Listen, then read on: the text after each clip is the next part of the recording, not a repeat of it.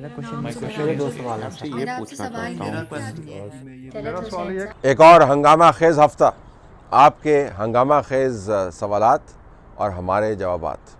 تو پوچھیں. طلعت حسین صاحب، مہر حسین بات کر رہی ہوں یو ایس اے سے. میرا آپ سے سوال یہ ہے کہ یہ جو وکیلوں اور ڈاکٹروں کی لڑائی میں عوام کو الجھا کر کہیں آزاد کشمیر کا کوئی فیصلہ تو نہیں ہو گیا ہے، یا کوئی سازش تو نہیں ہو گئی ہے؟ کیونکہ میں نے ایک پروگرام میں سنا ہے کہ آزاد کشمیر کے وزیر اعظم صاحب نے یہ فرمایا ہے کسی سے ایک تقریر میں خطاب کرتے ہوئے کہ میں آزاد کشمیر کا آخری وزیر اعظم ہوں. کائنڈلی اس پر تبصرہ فرمائیے گا. جی، انہوں نے یہ بیان دیا، اس کے بعد اس بیان کے اوپر ان کی کافی سرزنش بھی ہوئی. کہاں پہ ہوئی؟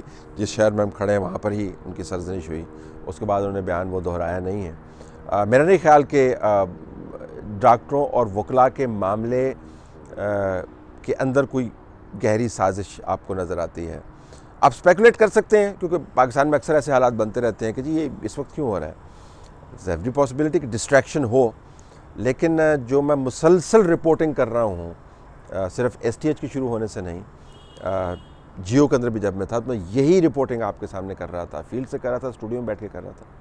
یہی میں بتا رہا تھا کہ جس طرف ہم ریاست کے معاملات کو لے کے جا رہے ہیں وہ انتہائی گھمبیر الجھاؤ ہوگا. اس کے اندر لوگ دست و گریباں ہوں گے.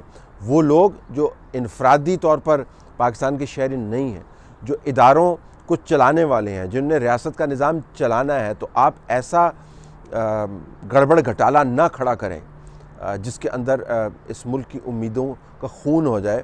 اور میں دوبارہ سے دہرا دوں کہ جو ہم نے تصور بنا لیا نا کہ ہم نے ایک آئٹم سانگ بنانا ہے اور ملک کے اندر یونٹی آ جانی ہے، یہ واقعتاً جن لوگوں نے یہ تصور بنایا ہے ان کے اوپر تاریخ کا جب حتمی فیصلہ آئے گا تو ان کی آنکھیں بھی کھل جائیں گی. پاکستان اس وقت ایک بہت کمپلیکس سچویشن کے اندر موجود ہے، اور اس کمپلیکسٹی کا ایک عکس آپ کو ڈاکٹرز اور وکلاء کے اندر جو کلیش ہوا تو وہ اس میں نظر آتا ہے.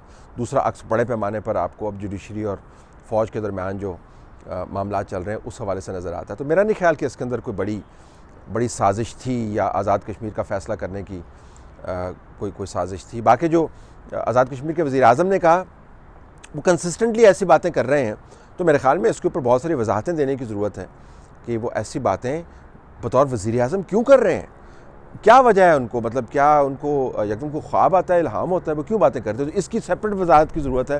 لیکن آج کل اسلام آباد کے اندر کون آپ کو یہ وضاحتیں دے گا؟ آج کل تو صرف ایک دوسرے کے خلاف حملہ آور ہونے کے لیے سب لوگ جو ہیں وہ انہوں نے بازو جو ہیں وہ تانے ہوئے ہیں اور بندوقیں جو ہیں سیدھی کی ہوئی ہیں. تو آپس کی لڑائی سے فرصت ہوگی تو آزاد کشمیر اور مقبوضہ کشمیر کے معاملات کو دیکھیں. میرا سوال یہ ہے کہ ہمارے وزیر اعظم صاحب جو ہیں عمران خان صاحب، وہ اب گئے ہیں نور خان ایئر بیس پر جا کر ملے ہیں امریکی سینیٹر کو. تو یہ پروٹوکول کے خلاف نہیں کہ ایک وزیر اعظم جا کے مل رہا ہے امریکی سینیٹر کو، اور وہ بھی ایک ایئر بیس پر؟ تو کیا یہ ملاقات وزیر اعظم ہاؤس میں نہیں ہو سکتی تھی یا امریکن ایمبیسی میں نہیں ہو سکتی تھی؟ تو ایسی کیا مجبوری تھی کہ جی ہے نا یہ وزیر اعظم صاحب اپنے وفد کے ہمراہ گئے ہیں اور جا کے وہاں ایئر بیس پر امریکی سینیٹر کو ملے ہیں؟ اور اس کے علاوہ تو یہ بھی کہ خان صاحب کہتے تھے کہ جی میں برابری کی سطح پر تعلقات ہوں گے امریکہ کے ساتھ. تو یہ کیا کہ ایک سینیٹر لیول کے بندے کو ہمارا وزیر اعظم جا رہا ہے ملنے کے لیے، وہ بھی اپنے ملک میں؟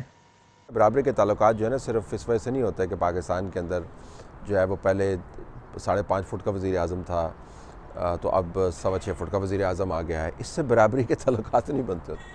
برابری کے تعلقات پالیسیز کے ذریعے، اعمال کے ذریعے، اندرونی حالات کو ٹھیک کرنے کے ذریعے بنتے ہیں.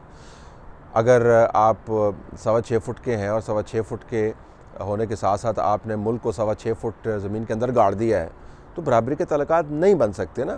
تو عمومی طور پر میں آپ کو بتا دوں کہ برابری کے تعلقات جو ہے وہ میٹنگز کرنے سے نہیں ہوتے. آپ کو یاد ہوگا وائٹ ہاؤس کے اندر جو میٹنگ ہوئی تھی اس کے اندر اس کے بعد آ کے کیا کہا تھا جی کہ مجھے تو نہیں لگتا میں ورلڈ کپ جیت گیا ہوں. کون سا ورلڈ کپ جیتا ہے؟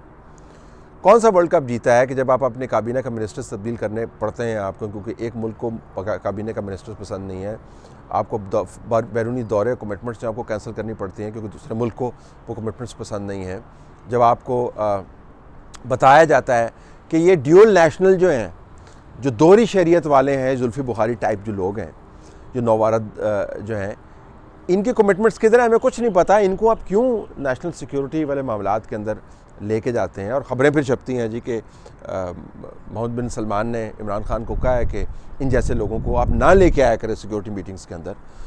تو جب آپ خود بٹھا بٹھا دیتے ہیں نیشنل سیکیورٹی کے معاملات کو، پروٹوکولز کا، تو اس کے بعد برابری نہیں ہو سکتی. تو برابری تو نہیں ہوگی کیونکہ جو حالات ہم نے پاکستان کے بنا دی.